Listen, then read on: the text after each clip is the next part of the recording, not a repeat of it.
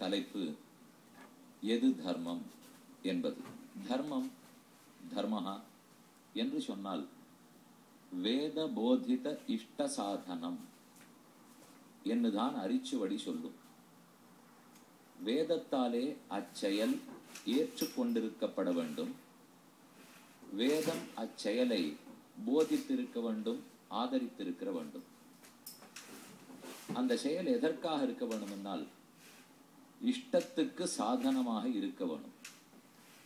நாம ஏதோ ஒன்று அடையணும் என்று இஷ்டப்படுகிறோம். அதற்கு சாதனம், அதற்கு வழிமுறையாக ஒரு செயல் இருக்கிறது. அந்த செயல்தான் தர்மம். நாம் இஷ்டப்படுவதை அடைவதற்கு எது சாதனமோ அது தர்மம். ஆனா அதுல ரொம்ப ஜாகிரதையா நாம ஒண்ணு பார்க்க வேண்டும். நாம் எதை இஷ்டப்பட்டோமோ அதுவும் வேதத்தால் சம்மதிக்கப்பட்டதாக இருக்க வேண்டும். நாமாட்டுக்கு இஷ்டப்பட்டுவிட முடியாது. ஆனா வேதத்துல சம்மதிக்கப்பட்ட ஒரு பொருளையே கூட வேதத்தில் சம்மதிக்கப்படாத ஒரு செயலாலே சாதிக்க கூடாது. அப்ப நான் எதை அடையணும்னு ஆசைப்படுகிறேனோ அந்த லட்சியமும் வேதத்தால் ஒத்துக்கொள்ளப்பட்டிருக்க வேண்டும். அதை அடைவதற்கு எதை வழியாக தேர்ந்தெடுக்கிறேனோ அதுவும் வேதம் அனுமதித்திருக்க வேண்டும். அப்ப வேத போதித, வேதத்தாலே போதிக்கப்பட்டதான இஷ்ட சாதனம், நம் இஷ்டத்தை அடைவதற்கு சாதனமாக இருப்பது தர்மம். அப்ப தர்மம்ங்கிறது ஒரு செயல் என்று தெரிகிறது. தர்மம்ங்கிறது ஒரு வழி என்றும் புரிகிறது. அப்ப வேத போதின இஷ்ட சாதனம் தர்மம். மற்றொரு அர்த்தம் சொல்றேன்.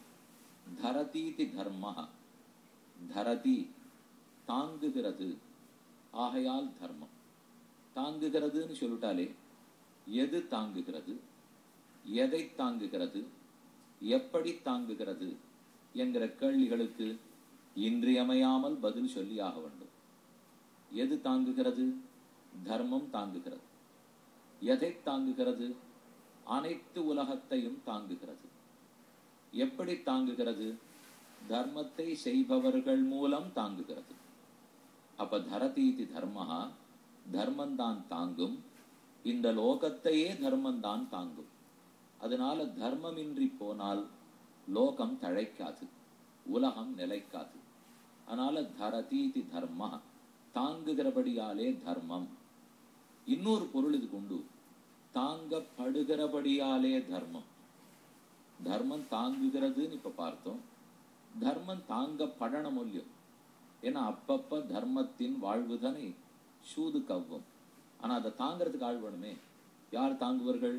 தர்மாத்மாக்கள் தாங்குவார், தார்மிகர்கள் தாங்குவார்கள், சான்றோர்கள் தாங்குவார்கள்.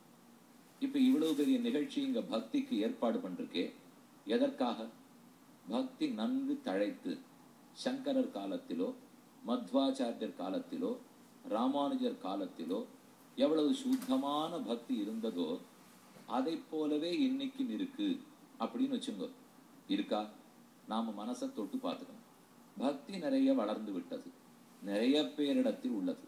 மனசுத்தியோடு இருக்கிறதா என்று பார்த்தால் அது சற்று குறைகிறது. அப்ப அதுக்கு தான் இதை போல நிகழ்ச்சிகள். இப்ப இந்த நிகழ்ச்சியை நடத்தி என்ன செய்ய போறோம்? தர்மத்தை தாங்க போறோம். சுவாமி, இப்பதானே தர்மம் லோகத்தை தாங்கிறதுன்னு சொன்னீர். லோகம் தர்மத்தை தாங்கணுமா அல்லது தர்மம் லோகத்தை தாங்க வேண்டுமா? லோகத்தை அனைத்தையும் தாங்குகிறபடியால் அது தர்மம். ஆனா அது சான்றோர்களால தாங்கப்பட வேண்டும். இப்பவும் எதை தர்மம்னு சொல்றோம்? திருடாதே, பொய் சொல்லாதே, பிறர் பொருளுக்கு ஆசைப்படாதே என்று நமக்கு ஓதுகிறார்கள். ஆரோருத்தர் அதை போல தப்பு பண்ற முற்படுறாருன்னு வச்சுப்போம். அது தம் பிள்ளையாகவே இருந்தாலும், தன்னுடைய பெண்ணாகவே இருந்தாலும், உடனே தாயாரோ தகப்பனாரோ இது தர்மம் இல்லை, அப்படி செய்யாதே அப்படின்னு அவனோட விரோதிச்சுக்க வேண்டி வந்தா கூட சொல்றார்களோ இல்லையோ? அப்ப அந்த தர்மத்தை தாங்குவதற்கு அவர்கள் எடுக்கும் முயற்சி அது. அதனாலே இவர்கள் தான் தர்மத்தையே தாங்க வேண்டும். தர்மம் நம்மை தாங்கும், நாம் தர்மத்தை தாங்க வேண்டும். பக்தி திருவிழா ஒரு சிறிய இடைவேளைக்கு பின் தொடரும்.